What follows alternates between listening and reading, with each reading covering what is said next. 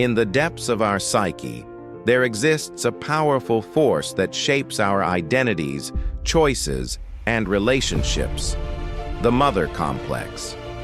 This complex is not merely a reflection of our biological mothers, but an intricate web of emotional imprints that linger within us, influencing our lives in profound ways. Carl Jung, the renowned Swiss psychiatrist, warned us about this invisible force, urging us to confront the shadow mother that resides within. She is not just a memory. She is an archetype, a representation of both nurturing and consuming energies that can either empower or imprison us.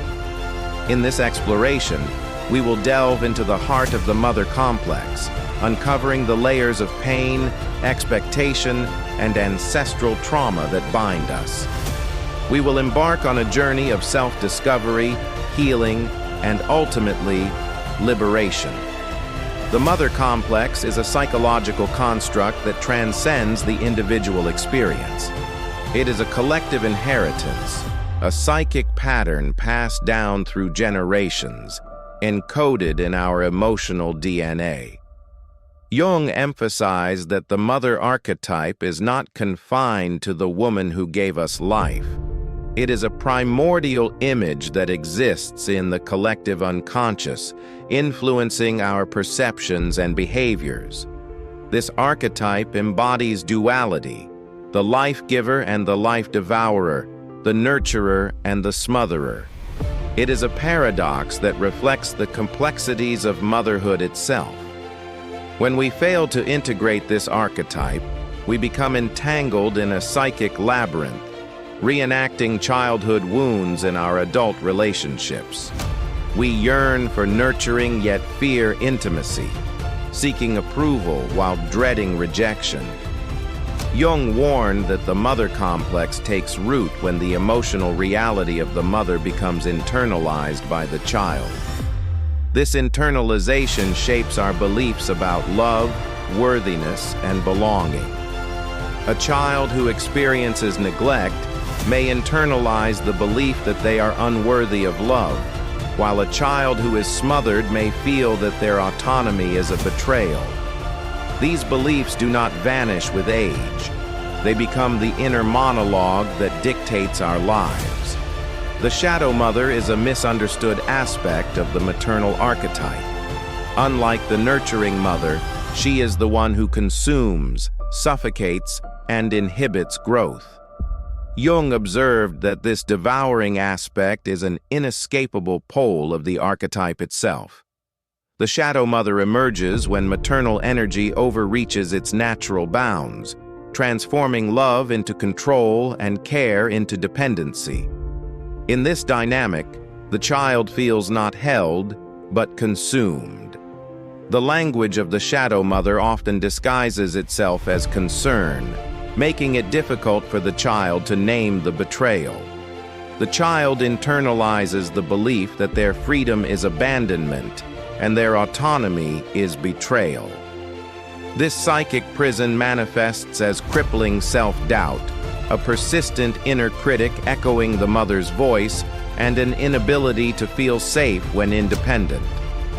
The shadow mother whispers guilt, not the healthy kind that corrects moral failure, but a primordial guilt that binds the child to the mother's emotional state. This guilt is ancient, rooted in the fear of separation and the terror of losing the container of life itself. Until this pattern is made conscious, individuals will continue to recreate the same conditions, believing they are choosing freely when, in fact, they are acting out the myth of the devouring mother. Within the vast architecture of the unconscious lies the internal mother, a silent yet commanding presence that shapes our thoughts, feelings, and choices. This internalized mother, or imago, is a psychic echo of the maternal presence embedded so deeply in our psyche that it often evades awareness for a lifetime. Even when the biological mother is long gone, the internal mother lives on, scripting our experiences and relationships. The imago is rarely accurate. It is not the mother as she was, but the mother as we perceived her through a still developing psyche. If the internal mother was nurturing and consistent, she becomes a wellspring of self-worth. However, if she was absent or critical, she becomes a silent saboteur, conditioning every relationship and every risk we take. Her voice may whisper, "You are too much," or "You are not enough." When this voice is mistaken for the self,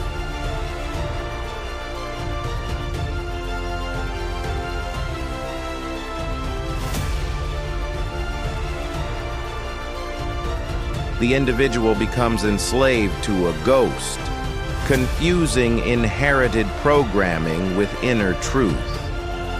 This is the birthplace of the inner saboteur, not mere insecurity, but the internalized criticism of a mother who once withheld approval. Jung taught that one of the most sacred thresholds in psychological life is the symbolic separation from the mother complex. This separation is not a rejection of the mother, but a confrontation with the archetypal gravitational field that pulls the ego back into dependence and unconscious loyalty. Without this separation, there can be no individuation, no true self, and no fully awakened life. The process of separation is often met with terror. The fear of annihilation, the guilt of betrayal, and the comfort of familiarity bind us to the mother complex. These forces are not mere neuroses. They are ancient archetypal currents that every human must face to become whole. When separation is avoided, the consequences are profound. The child archetype hijacks the adult ego, leading to a life dictated by inherited roles and unhealed wounds. True separation is the hero's journey, a descent into the unconscious forest where the dragon of the mother's shadow awaits. This path is littered with grief, confusion, and the aching silence of ancestral memory. To refuse this call is to live a life dictated not by the soul, but by avoidance. When the mother complex lies dormant and unexamined, it does not disappear. It metastasizes, weaving itself through every corner of the psyche. The symptoms of the unhealed mother wound are not random misfortunes, but archetypal patterns that reveal the presence of unresolved energies. Here are 9 deeply rooted psychic symptoms that indicate the presence of an unhealed mother wound: the inner critic and chronic self-doubt. A relentless inner voice whispers sabotage, echoing the maternal voice that once withheld love and approval. This voice punishes the ego and stifles the emerging self. Fear of autonomy and clinging to dependence. Those with this wound often feel torn between the longing for freedom and the terror of it. Decisions feel dangerous, and success feels like betrayal. Guilt, shame, and the inherited burden. A deep, almost sacred guilt arises when attempting to separate from the mother complex, stemming from the belief that one's survival is tied to the mother's emotional state. The pattern of self-abandonment and people-pleasing. Wounded individuals often become experts in self-abandonment, betraying their own needs to remain lovable and accepted. Attracting relationships that reenact the wound. Many find themselves drawn to partners who resemble the emotional terrain of their mother wound, perpetuating the cycle of unresolved trauma. The core wound of not enoughness. The belief that I am not enough becomes a silent decree, manifesting as perfectionism and the inability to feel joy without apology. The suppression of creativity and fear of expression. When the mother archetype is wounded, creativity becomes dangerous and expression feels unsafe. somatic symptoms, and the body's cry for healing. Unresolved complexes often manifest as physical symptoms, reflecting the split between being nurtured and consumed. Spiritual alienation and existential emptiness. At the center of the unhealed mother wound lies a void, a hollowness where connection to the feminine principle has been severed. The confrontation with the shadow mother is not merely therapeutic. It is a soul-deep initiation. Healing the mother wound requires a raw, symbolic descent into the underworld of the psyche, a reckoning with the archetypal mother's shadow. This encounter is as ancient as myth and as intimate as your own heartbeat. In the symbolic language of alchemy, the negrado, or blackening, marks the first stage of transformation. It is the death of illusion, the moment when the idealized mother dissolves, revealing the devouring aspect of the archetypal feminine. Jung taught that this darkness is not evil, it is sacred, containing the lost fire of the self. To see the shadow mother clearly, without idealization or denial, is the soul's first act of rebellion and reclamation. It requires the courage to recognize her manipulations and the way she projected her pain onto the child. Buried beneath obedience lies rage, and beneath that rage lies grief. These emotions are not pathologies. They are sacred energies, fragments of the soul exiled in guilt and fear. Jung's method of active imagination serves as a bridge between the conscious mind and the autonomous figures of the unconscious. Through this practice, we enter into a living dialogue with the shadow mother, not to battle her, but to hear her voice. She may reveal fear, jealousy, sorrow, or loss, and through this conversation, the ego transforms. This confrontation marks a death not of the physical mother, but of the psychic prison she may still represent. Nightmares, emotional storms, and crumbling beliefs often accompany this symbolic death. However, in Jung's mythopoetic lens, this death is sacred, mirroring the hero's journey of descending into the underworld to face the dragon and rising reborn. What dies is not the mother, but the ego's illusion. What is born is the soul's freedom, the return of the rejected feminine. When we fear the mother, we fear these parts of ourselves. But integration brings reunion, allowing us to trust the inner knowing we once silenced. Transformation must be marked.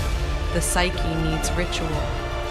Symbolic acts, such as writing unsent letters, creating art, or declaring sovereignty in sacred space, signal to the unconscious that something has shifted. Jung believed that rituals serve as thresholds, marking the death of the old self and the birth of the individuated one. When the work is done, something remarkable happens. The mother, whether internal or external, is no longer a goddess or a monster. She becomes human. Wounded, yes, but human. True compassion emerges not from obligation, but from insight. This compassion does not excuse the harm. It frees the heart from bitterness, allowing the soul to breathe again. To face the shadow, mother is to descend into the cave, where fear and freedom dwell side by side. It is not an act of violence, but an act of devotion to your truth, your soul, and life itself. Jung called this journey individuation, the becoming of the whole self. It begins with a rupture, passes through grief, and culminates in rebirth. There is no coming to consciousness without pain, but beyond the pain lies your freedom. The freedom to live not in reaction to the past, but in service to the self. The freedom to love not from lack, but from fullness.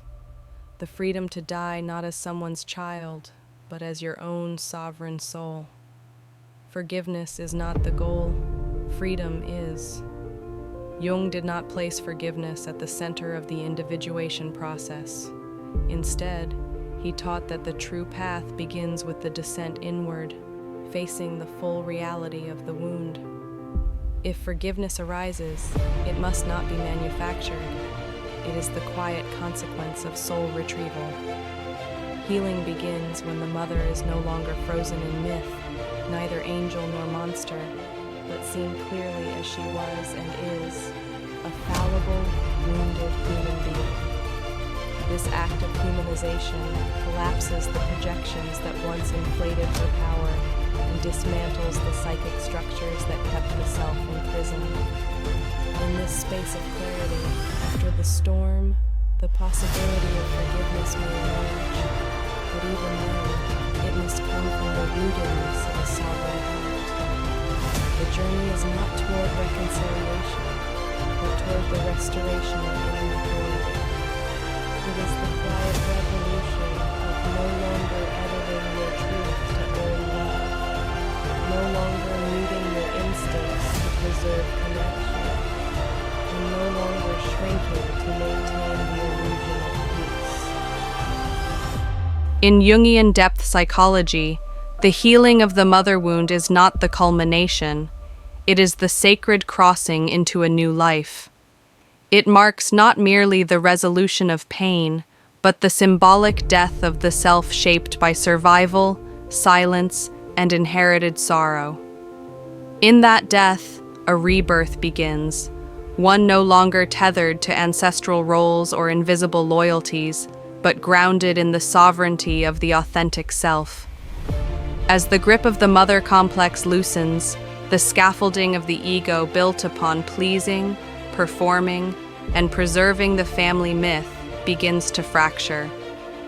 This unraveling often arrives cloaked in crisis, an identity collapse where former values seem hollow, direction disappears, and the center no longer holds. But this sacred disorientation is the negrado of the alchemical journey, the blackening phase in which the old must dissolve to make way for the gold hidden beneath.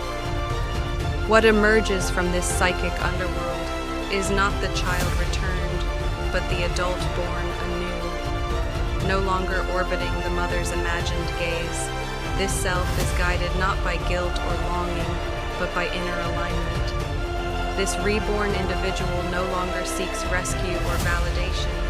They parent themselves, choosing presence over performance, and walking not with apology, but with quiet authority. Jung named this the awakening of the sovereign self, the self that lives from its own center, rewriting the inner myth.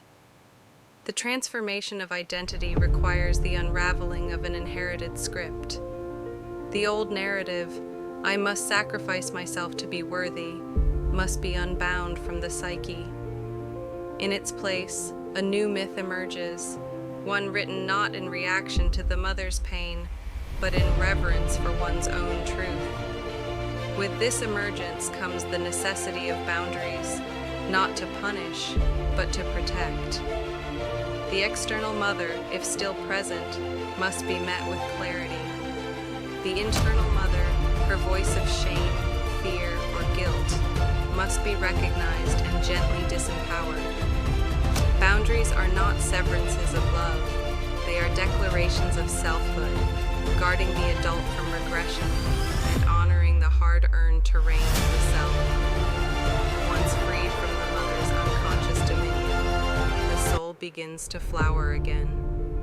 The creative force long paralyzed by fear of rejection begins to move. This creative renewal is not decoration, but evidence that individuation is taking root. To create is to claim authorship of your life, to act not from wounding, but from wonder, returning whole to the world. Jung taught that individuation is never self-centered.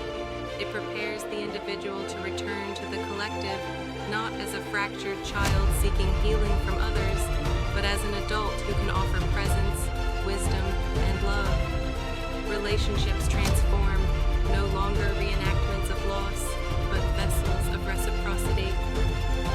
purpose becomes a channel not for approval, but for contribution. The healing of the mother wound is a transgenerational act. To confront and integrate it is to interrupt the ancestral pattern. The healed individual becomes a conscious ancestor, one who returns not to rescue the mother, but to redeem the line. This is the deeper offering, to be the one who ends the spell and births a new legacy of wholeness, creativity, and freedom. Rebirth in Jungian psychology is not about becoming who you were before the pain. It is about awakening to the truth of who you were always meant to be. It is the quiet rebellion against inherited guilt, unconscious loyalties, and familial shadow. It is the radical act of taking the pen back into your own hands. As Jung so powerfully wrote, your vision will become clear only when you look into your own heart. Who looks outside dreams, who looks inside awakes. In the aftermath of the mother wound, awakening means this.